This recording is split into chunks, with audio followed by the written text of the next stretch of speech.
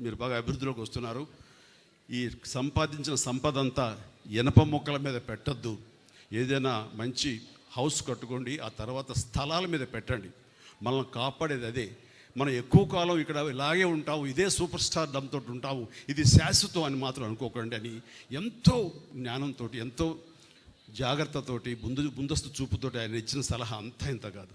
అప్పటిదాకా మంచి కారు కొనుక్కుందామా, ఇందాక మన